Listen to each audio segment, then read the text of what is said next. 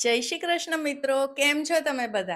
આજની આ બંને ફરાળી રેસીપી કોઈ પણ પૂર્વ તૈયારી વગર તમે ઝટપટથી તૈયાર કરી શકો છો. ઇન્સ્ટન્ટ રૂ જેવા પોચા ફરાળી ઢોકળા ને સાબુદાણાના એવા વડા કે જેમાં સાબુદાણાને પલાળવાની પણ જરૂર નથી. તો ચલો આજની આ રેસીપી શરૂ કરીએ. ફરાળી ઢોકળા બનાવવા માટે આપણે લઈશું 1 કપ સામો, જેને મોરૈયો પણ કહે છે.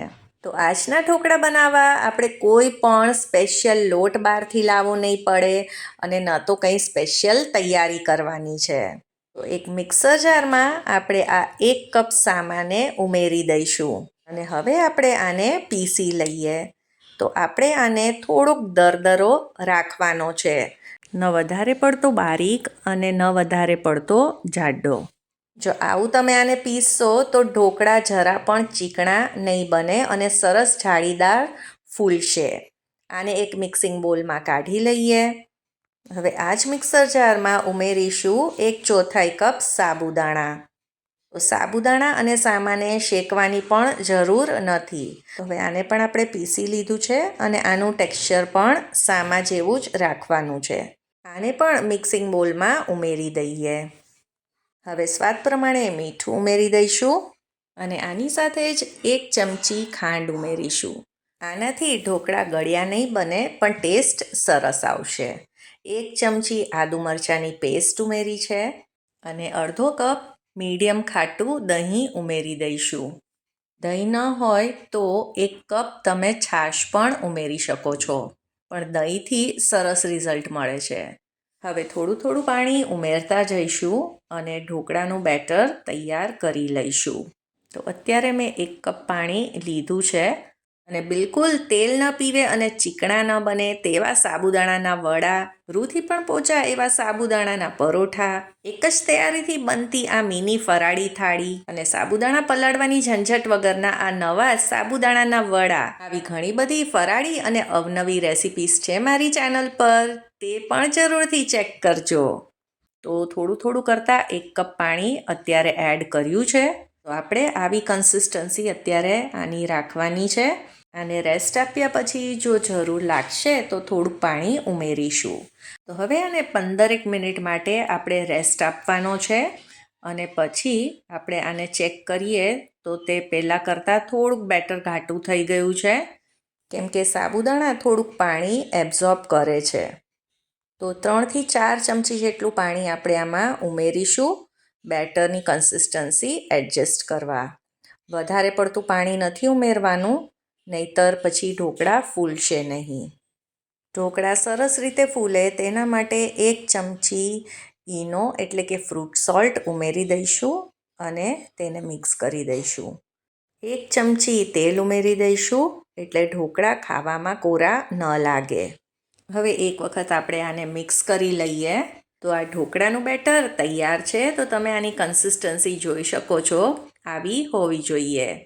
જેમાં આપણે ઢોકળા બનાવવાના છે તે થાળી મેં ગ્રીસ કરીને રાખી લીધેલી. તો તેમાં આપણે બેટર એડ કરી દઈશું અને ઉપરથી કાળા મરીનો પાવડર છાંટીશું, કેમ કે આમાં તેનો ટેસ્ટ ખૂબ જ સરસ આવે છે. તમે લાલ મરચું પણ છાંટી શકો છો. હવે આ થાળીને આપણે સ્ટીમ કરવા માટે મૂકી દઈએ. તો અહીંયા મેં પહેલેથી જ પાણી ગરમ કરવા મૂકી દીધેલું અને સ્ટેન્ડ રાખી દીધેલું વાસણમાં. તો તેમાં આપણે થાળી મૂકી દઈશું. ઢોકળા તૈયાર થતાં લગભગ 12થી 13 મિનિટ લાગશે. 12થી 13 મિનિટ થઈ ગઈ છે. તો આપણે ઢોકળાને ચેક કરીએ. તો આ રીતે ટૂથપીક એકદમ જ સાફ બહાર આવે છે એટલે આપણા ઢોકળા તૈયાર છે. આ ગરમા ગરમ ઢોકળાને તમારે આ રીતે પણ એન્જોય કરવા હોય તો પણ તમે કરી શકો છો. આમાં વધારાનો કંઈ વઘાર કે ન કરવો હોય અને તેલ સાથે પણ ખાવા હોય તો એમનેમ પણ આ ખૂબ જ સરસ લાગે છે. તો તમારે શું કરવાનું કે 1 કે 2 ચમચી તેલ આ રીતે ઉપર પાથરી દેવાનું, જેનાથી ઢોકળા જરા પણ ડ્રાય નહીં લાગે. તો અત્યારે તો આપણે આનો એક વઘાર તૈયાર કરવાના છીએ. તેના માટે 2થી 3 ચમચી તેલમાં જીરું એડ કરીશું, લીલા મરચાં અને લીમડો. જ્યારે લગભગ વઘાર તૈયાર હોય તેની પહેલાં જ આપણે 1 ચમચી જેટલા તલ ઉમેરી દેવા. પહેલેથી તલ ઉમેરીશું તો તે ઉડશે. તો વઘાર તૈયાર છે તો આપણે ઢોકળા ઉપર આને ફેલાવી દઈશું. આ ઢોકળા પચવામાં પણ ખૂબ જ હળવા છે, એટલે જે લોકોને બટેટાની ફરાળી વાનગીઓ ન માફક આવતી હોય તો તેના માટે તો આ પરફેક્ટ છે. ઉપરથી થોડાક લીલા ધાણા છાંટી દઈશું અને બસ આપણા આ એકદમ જ ટેસ્ટી ફરાળી ઢોકળા તૈયાર છે. સાચું કહું તો તમારું પેટ તો ભરાઈ જશે પણ મન બિલકુલ નહીં ભરાય. ને તમે જ જુઓ છે ને એકદમ રૂ જેવા પોચા આ ઢોકળા, એટલે વડીલો અને ખૂબ જ નાના બાળકો પણ આસાનીથી ખાઈ શકે તેવા છે. તો આ ફરાળી ઢોકળા આ રીતે જરૂરથી ટ્રાય કરજો. હવે બનાવી લઈએ સાબુદાણાને પલાળવાની ઝંઝટ વગરના સાબુદાણાના વડા. તો ચલો રેસીપી શરૂ કરીએ.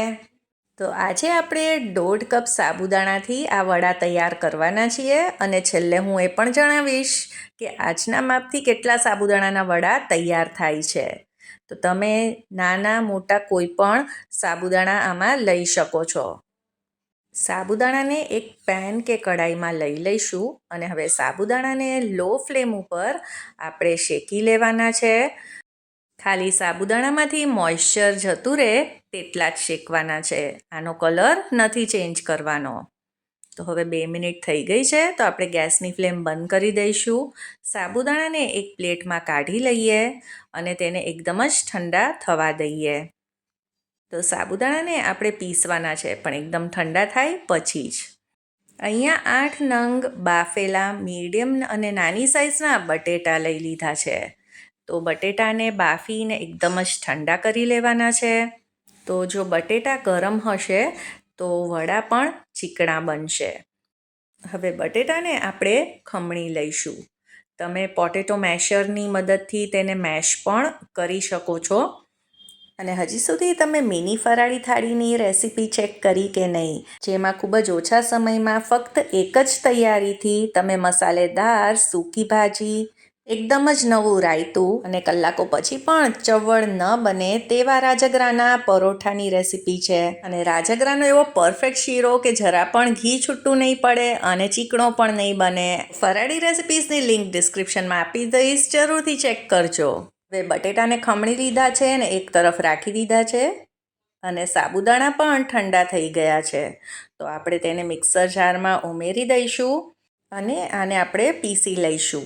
ઘણી વખત આપણે સાબુદાણા પલાળવાનું ભૂલી જઈએ અથવા તો બરાબર પલળે નહીં, કડક રહે કાં તો પાણી રહી જાય. પણ આજના સાબુદાણાના વડા એવા છે કે તમે પહેલી વાર તૈયાર કરતા હશો તો પણ પરફેક્ટ જ બનશે. પીસ્યા પછી સાબુદાણા આ રીતે થોડાક દરદરા રહેશે, એકદમ જ સ્મૂધ પાવડર આનો નહીં થાય. અને એટલે જ વડાનું બહારનું જે પડ છે એ એકદમ જ ક્રિસ્પી તૈયાર થશે. હવે મોટા વાસણમાં સૌથી પહેલાં આપણે ખમણેલા બટેટાને લઈ લઈશું. આમાં પીસેલા સાબુદાણાને ઉમેરી દઈએ. આની સાથે 1 કપ શેકેલા સિંગદાણાનો આપણે ભૂકો તૈયાર કરી લીધો છે. તો આ થોડોક દરદરો રાખેલો છે તો તે ઉમેરી દઈશું.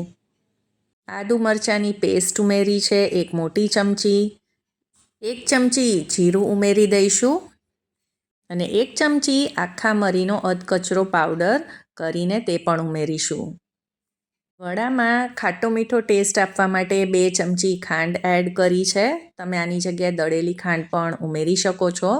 સ્વાદ પ્રમાણે મીઠું ઉમેરી દઈશું અને વડાને ચટપટા બનાવવા માટે આમચૂર પાવડર 1 ચમચી ઉમેર્યો છે. તમે આની જગ્યાએ અડધા લીંબુનો રસ પણ ઉમેરી શકો છો અને થોડાક લીલા ધાણાને ધોઈને કટ કરીને ઉમેર્યા છે. હવે આ બધી જ વસ્તુને આપણે મિક્સ કરવાની છે. તો આજના આ ઇન્સ્ટન્ટ વડા માટેનું એકદમ જ પરફેક્ટ માપ છે. 1.5 વાટકી સાબુદાણા સામે 1 વાટકી સિંગદાણાનો ભૂકો અને સાથે 7થી 8 જેટલા મીડિયમ સાઇઝના બટેટા.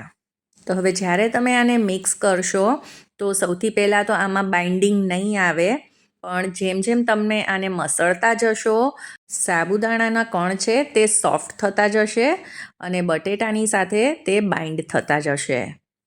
તો જો બધી જ વસ્તુ આ રીતે ભેગી આવી જાય તો તમારું આ મિક્સચર પરફેક્ટ છે. અને જો કદાચ આ વધારે પડતો કોરો લાગે તો 1 ચમચી જેટલું તમે પાણી ઉમેરી શકો છો. હવે મિશ્રણમાં આ રીતે બાઇન્ડિંગ આવી જાય પછી આમાં 1 ચમચી તેલ ઉમેરીશું અને બધું મિક્સ કરીને એકસાથે લોટની જેમ ડોની જેમ ભેગું કરી દઈશું. તો તેલ ઉમેર્યા પછી આ રીતે તે એકસાથે બધું મિશ્રણ આવી ગયું છે. હવે આને આપણે રેસ્ટ આપવાની જરૂર નથી. હવે આપણે હાથ ધોઈ લઈશું અને હાથોને તેલથી ગ્રીસ કરી લઈશું. હવે હાથોમાં થોડુંક મિશ્રણ લઈ લઈશું વડા બનાવવા માટે. હવે મિશ્રણને હાથમાં લઈ 4થી 5 વખત આ રીતે પ્રેસ કરીશું. આના લીધે સરસ બાઇન્ડિંગ આવી જશે અને વડા એકદમ જ પરફેક્ટ બનશે, જરા પણ તૂટશે નહીં. તેને કિનારીએથી પણ આ રીતે આપણે બરાબર શેપ આપી દઈશું. તો આ જ રીતે આપણે બધા વડા તૈયાર કરી લેવાના છે. તો ફરીથી એક વખત બતાવી દઉં કે થોડાક ભાગને હાથમાં લઈ આપણે આ રીતે મુઠિયા બનાવતા હોય તે રીતે તેને સ્મૂધ કરી લેવાનું છે અને પછી તેમાંથી વડા બનાવશો તો તે જરા પણ ડ્રાય નહીં લાગે અને આસાનીથી આમાંથી વડા તૈયાર થઈ જશે. તો આજના આ માપમાંથી 20થી 21 જેટલા આ મીડિયમ સાઇઝના વડા તૈયાર થાય છે. તો હવે વડા તો તૈયાર છે, તો આપણે તેને તળી લઈએ. તો પેન કે કઢાઈમાં આપણે તેલ ગરમ કરવા મૂકી દઈશું અને તેલ ગરમ થઈ જાય એટલે ફ્લેમને લો કરી આપણે આમાં સમાય તેટલા વડા ઉમેરી દઈશું. આ વડાને તળાતા પણ વધારે સમય નથી લાગતો. આ ઝટપટથી ફ્રાય થઈ જાય છે અને સાબુદાણાને આપણે પીસીને ઉમેર્યા છે એટલે તેના લીધે આ બહારનું જે પડ છે એ પણ એકદમ જ ક્રિસ્પી ને કુરકુરું તૈયાર થાય છે, એટલે બાળકોને પણ આ ખૂબ જ ભાવશે. તો હવે બીજી બાજુથી પણ આપણે આને થોડાક ક્રિસ્પી અને હલકો સોનેરી કલર આવે ત્યાં સુધી તળી લઈશું. આ વડામાં વધારે તેલ પણ નથી ભરાતું, એકદમ કોરા જ તૈયાર થાય છે. તો એક વખત આ રીતે આ વડા જરૂરથી ટ્રાય કરજો.